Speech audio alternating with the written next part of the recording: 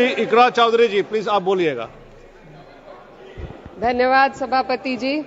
मैं सबसे पहले दाद देना चाहती हूँ इस बिल के टाइमिंग की कि अभी ईद की रौनक बुझी भी नहीं थी और हमारी जड़ों पर एक नया फरमान लाया गया।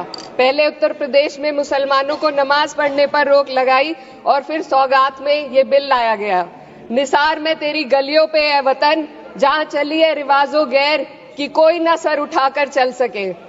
मैं सभापति जी आपको ये बताना चाहती हूँ कि ईद के मौके पर एक विधवा महिला अपनी लड़की के साथ मेरे पास आई और उसने बताया कि वह एक वक्फ की प्रॉपर्टी में रहती है, वही उसके सर पर छत का काम भी करती है और उसकी रोजी रोटी भी वहीं से आती है। वो इस बिल को लेकर इतनी फिक्रमंद थी कि कहीं उससे वो उसकी संपत्ति ना छीन ली जाए। वो अकेली एक ऐसी महिला नहीं है, ऐसे लाखों लोग हैं जो वक्फ की गरीब महिलाएं जो वक्फ की संपत्ति से अपना रोजगार चला रहे हैं। और ये जो वक्फ बाय यूजर क्लॉज के हटाने से लाखों वक्फ की जायदाद अपना स्टेटस खो देंगी और लाखों लोग इसी तरीके के लोग सड़कों पर आ जाएंगे। वक्फ क्या है, वक्फ बाय यूजर क्या है? इसका ये मतलब है कि कोई जायदाद अगर सालों से दीन और भलाई के कामों के लिए इस्तेमाल हो रही हो तो वो खुद ब खुद वक्फ मानी जाएगी। हिंदुस्तान की अदालतों ने भी इस बात को तस्लीम किया है। वक्फ बाय यूजर सिर्फ वक्फ बोर्ड को ही मिली कोई खास सौगात नहीं है, ये बल्कि सभी अन्य धार्मिक ट्रस्टों को परंपरा और यूज के आधार पर बिना किसी डॉक्यूमेंटेशन के धार्मिक चरित्र को डिक्लेयर करने का राइट मिला हुआ है। भारत के संविधान के आर्टिकल 13 क्लॉज 3 में कस्टम और यूसेज को कानूनी वैधानिकता प्रदान करता है। इसी आर्टिकल से वक्फ बाय यूजर भी निकला गया है। इस बिल के कानून बनने पर वक्फ बोर्ड तो इस प्रोविजन से हाथ धो बैठेगा, लेकिन अन्य धार्मिक ट्रस्टों को यह सुविधा जारी रहेगी। इससे भारतीय संविधान के आर्टिकल 14 और 15 का सीधा उल्लंघन है, जो धर्म और जाति के आधार पर भेदभाव और कानून के सामने सभी की बराबरी पर जोर देता है।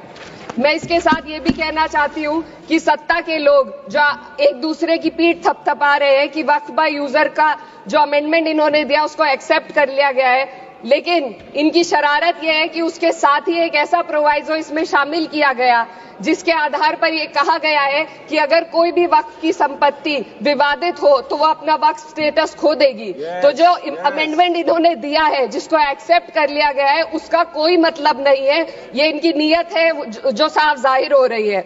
सोने पर सुहागा एक काम और किया है, सरकार ने वक्फ की कानून के सेक्शन 107 को हटाकर लिमिटेशन एक्ट में 12 साल तक ही किसी के खिलाफ अदालत में जाने का प्रोविजन है। सेक्शन 107 में बोर्ड को लिमिटेशन एक्ट से राहत मिली हुई थी। वक्फ बोर्ड कभी भी अवैध कब्जाधारियों के खिलाफ अदालत जा सकता था। अगर ये सेक्शन ना हो तो अवैध कब्जा करने वाले लोग कानूनी प्रक्रिया का फायदा उठाकर वक्फ की प्रॉपर्टी को हड़प सकते हैं। अन्य धार्मिक ट्रस्टों पर भी ये लिमिटेशन एक्ट लागू नहीं होती, तो फिर वक्फ बोर्ड के साथ ये सौतेला रवैया क्यों किया जा रहा है? धर्म को देखकर दोहरी नीति क्यों अपनाई जा रही है? सेक्शन 107 और वक्फ बाय यूजर को अगर एक साथ पढ़ा जाए तो इससे लाखों वक्फ की प्रॉपर्टी पर कब्जा किया जाएगा। इसलिए ये बिल मुसलमान की भलाई का नहीं बल्कि उनके वजूद और विरासत को मिटाने का बिल है। हिंदुस्तान में बहुत सारे धार्मिक ट्रस्ट हैं जिसमें उस खास मजहब के लोग शामिल होते हैं और उसका इंतजाम करते हैं, और ये बात समझ में आने वाली भी है क्योंकि जो व्यक्ति अपने मजहब के रीति रिवाज को जितना अच्छे से समझ सकता है किसी अन्य मजहब का व्यक्ति नहीं समझ सकता।